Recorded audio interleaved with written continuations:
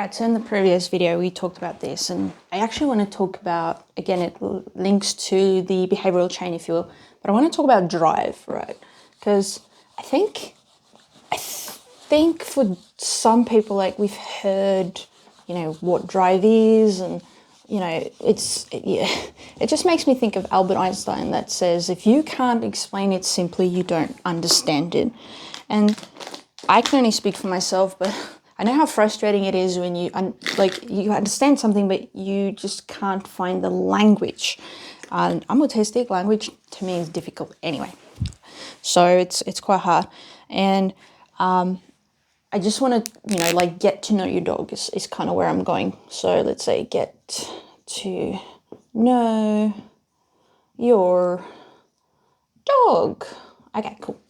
So the first thing that when I look at a dog, I actually look at threshold. So I want to know how easily stimulated the dog is. J. Jack talks about someone Panksepp's work about the negative and positive system in the brain. Positive is seeking, so these are the things we want or the dog wants. Negative is fear, frustration, anxiety. Okay, so we spoke about that already. So how easy is it to get triggered, if you will? All right, from there, which we are going to talk about, is the nerves. Okay, so as I mentioned in the previous video, stress is part of life. Okay, so, you know, anxiety is part of life, frustration is part of life. We're not going to get away from it, and you have to be able to bounce back. You have to be able to recover. But it is genetic to a point, just as all these are, but all these just put a limit on the potential that can be developed. So nerves are about bouncing back, so that resilience factor, if you will. I don't really want to focus on those two today. I want to focus on the one that kind of plays a big role with both, and that's drive. Okay. And drive is an interesting one because the way I define it, and this is me, is it is the level of intensity, I think I spelled that wrong, for a goal, right, whatever that is, resource, or an activity. Okay, so earlier in the other video, I mentioned that frustration creates drive. So frustration is lack of control, but you have predictability. And what happens when we talk about frustration creates drive, links to something we call an extinction burst. Okay, so it's, if you want to Google that, extinction burst. I'm pretty sure I spelled that wrong too. But the whole point is, like, there's a goal the dog wants to reach, or a resource it wants to get, or activity it wants to do, has no control, right? And it starts to get really, really frustrated, and it, you know, really, like, intensifies their intensity, and then at some point it drops off. Okay, now if we use this as, let's say, a dog that's pulling on a leash, right?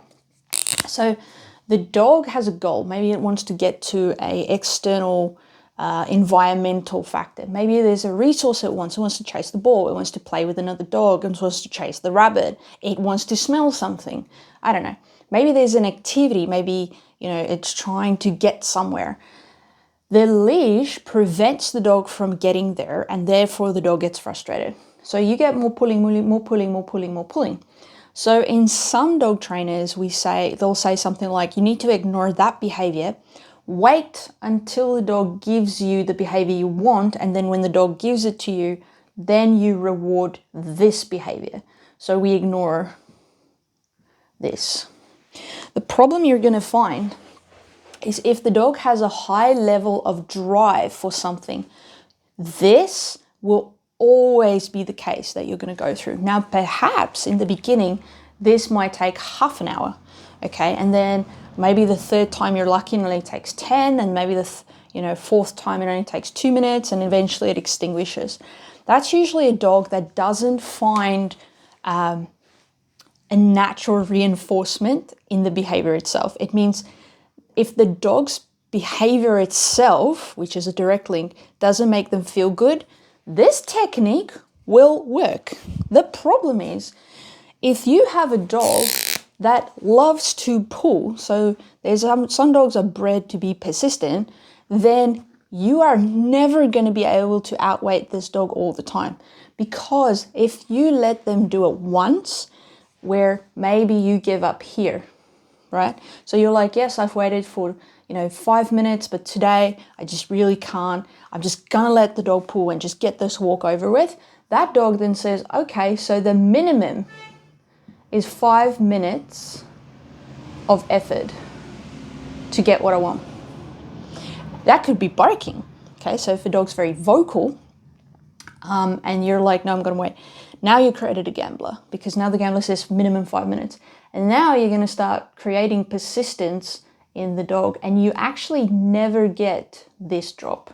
So if your dog is a high drive dog for something, right? A specific goal, resource, or activity, and you go the ignore route, you have to outweight your dog. I had a dog named Reaper who was extremely vocal, very, very, very vocal. And I decided to do the ignore route at night for when we're sleeping. Oh my goodness. It was 6 weeks of pure torture. Okay, now luckily for me, I was the only one with the dog. No one else could go, all right, well, I'm going to let the dog out because I can't take it anymore, or the neighbor complains and you're trying to stop it, or the baby wakes up, or anything like that.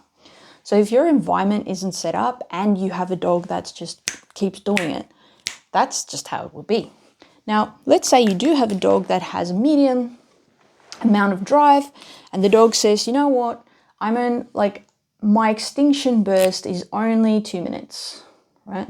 Meaning always you're waiting for 2 minutes and then the dog quiets. So even when you're rewarding the dog for when it's quiet, it still does that.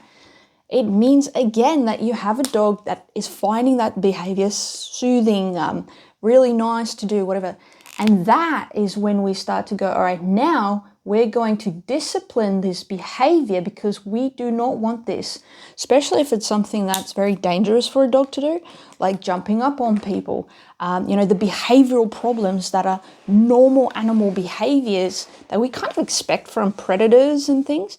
But in context, humans can find unsafe or inappropriate. And I really love to save dogs' lives. And if you Google behavioral euthanasia, you will find it shocking at what people have to put a dog down for. And there's actually a group that I'm a part of on Facebook, which is called Losing Lulu, which is it's a support group for people who's had to put their dogs down because of behavioral reasons. And you'll be shocked to know that there's over 22,000 members in that group. And that is at least 22,000 dogs that we've lost in, however long that group's been up. And that is really, really sad. And I just find that if you understand a little bit of this, you might just be able to tweak the way you're doing things with your dog. You might not agree with it, but if it works for your dog and you can keep your dog safe at the end of the day, I don't understand what the problem is.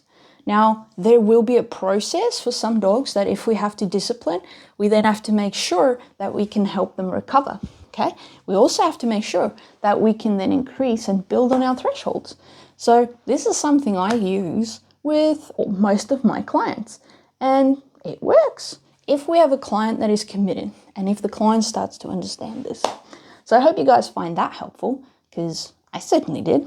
And again, if we can teach the dog, buddy, it's your fault that this bad consequence is happening, the dog goes, oh, I didn't realize that. Well, I like it when you reward me, so because I want the goal, resource, or activity.